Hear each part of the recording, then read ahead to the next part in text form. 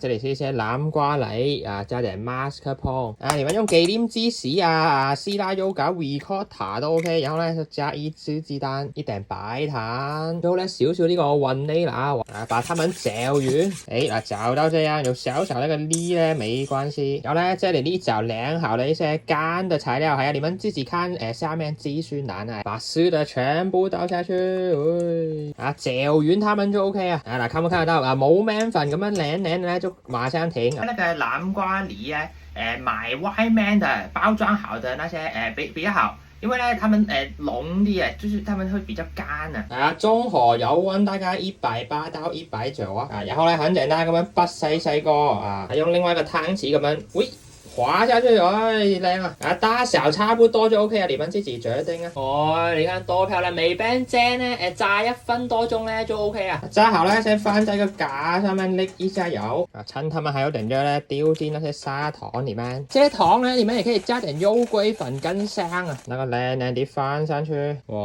完美完成這南瓜冬甩，嚟啊，食一個俾大家看看。你們看看中間超鬆軟短短啊。我們完成這呢，把熊蝦走啊。係啊，嗱，炸個大嘅，然後咧中間挖個窿啊，倒啲爆炸糖落去，熊仔糖插在中間，拿去給日本熊看，直接嚇死他們了。